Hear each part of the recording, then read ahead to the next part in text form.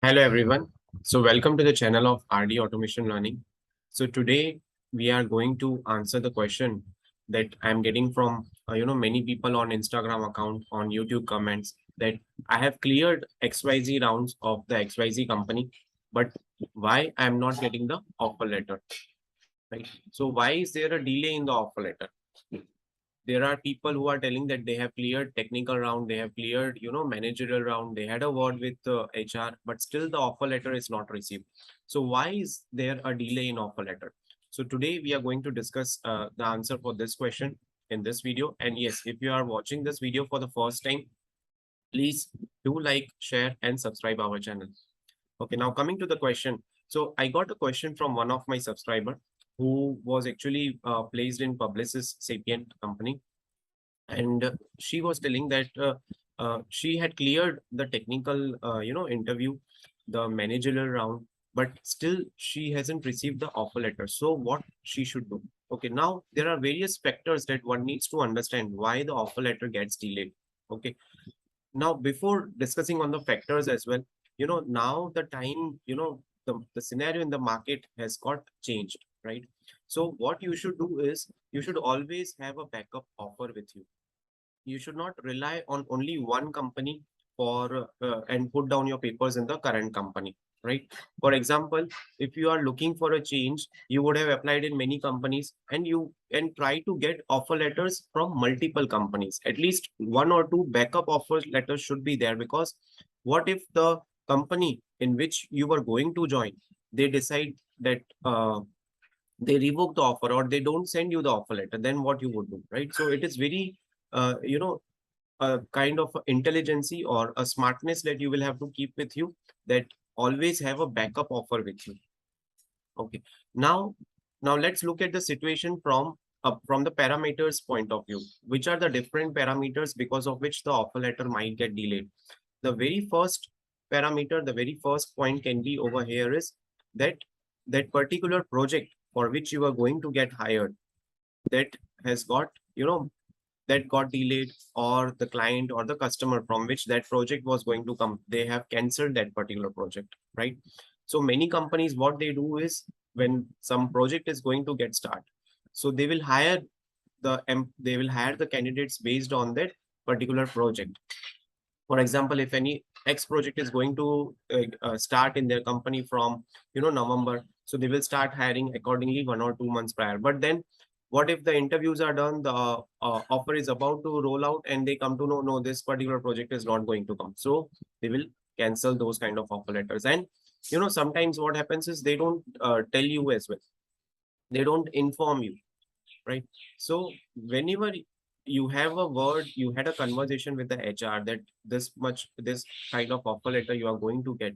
If you are not getting that kind of offer letter within 7 days, then on the eighth day or on the seventh day only, without delaying, I would say after 3 to 4 days also, you can try, and you can try to contact that particular recruiter, hiring manager or HR team, and ask them what happened with the offer letter, why I haven't received in the email, right? So this kind of a conversation you will have to keep with them, this kind of communication you will have to keep with them, right? Now the second point is the notice period. Now, for example, the interviews were taken from the company, right? They got multiple candidates. You were also one of the candidate. You had a notice period of 90 days. One more candidate is there who is having a notice period of 45 days. So what they would do is they would prefer going for a candidate with 45 days rather than going for a candidate for 90 days, because they know that they need immediate joinee or immediate person who can actually join the company and start working as soon as possible, right? So the preference of the notice period with respect to notice period is also given over here. The third point over here can be that the salary structure, right? It would have happened that they would have got someone else who would be able to join that particular company, that particular, and work in that project for less number of salary compared to what salary they have offered to you, right? So salary also plays a very big role over here, right? And the fourth point can be that you were actually a backup candidate for them, right? So now, as we were discussing, to have a kind of a backup offers along with you. Similarly, HR can also plan, they're hiring in this particular manner, that what they would have done is they would have hired 2 or 3 candidates, right? And they would have kept you in the backup. So what would happen if any of those candidates would join, you won't be able to join that particular company because you are a backup. If any of them is not joining, then they will release the offer with you. So this is what is happening, right? So that is why you might not receive the offer letter. So in the beginning of this video, we discussed that we should always have a backup offer letters. We don't know, what are the what is the market structure going to be tomorrow? What are the fluctuations going to happen in the IT industry? No doubt, Indian IT industry is very strong, but still, the recession is there, in the outside countries. So what would happen with your offer letter from your company? What would be the scenario? So always keep a backup offer with you, right? And someone might tell you that recession has come in India as well, so don't listen to them, because no one can predict the future, right? And what you can do is you can always keep on giving interviews, right? And if you are giving interviews, then you need to convert those interviews into the job offers, into the offer letters, and communicate with the HR, communicate with the hiring manager, keep in touch with the recruitment team. Okay, yes, I'm going to join on this particular date. Please send me the offer letter. Okay, offer letter has come. Okay, so I hope I'll join on this date. So those all things are done, right?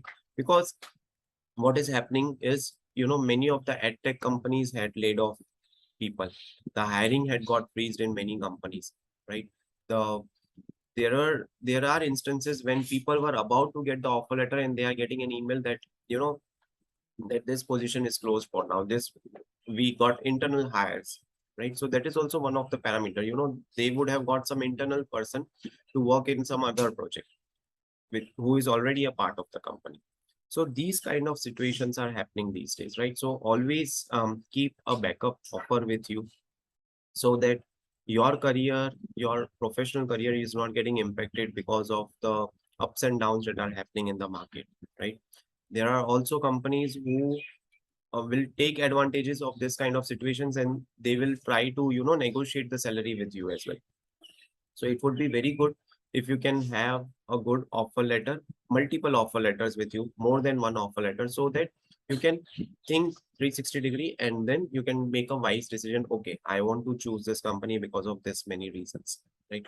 And before joining any company, make sure that post COVID, they have got a positive annual growth. They have got a positive, graph with respect to their financial structure, with respect to the career opportunities, right?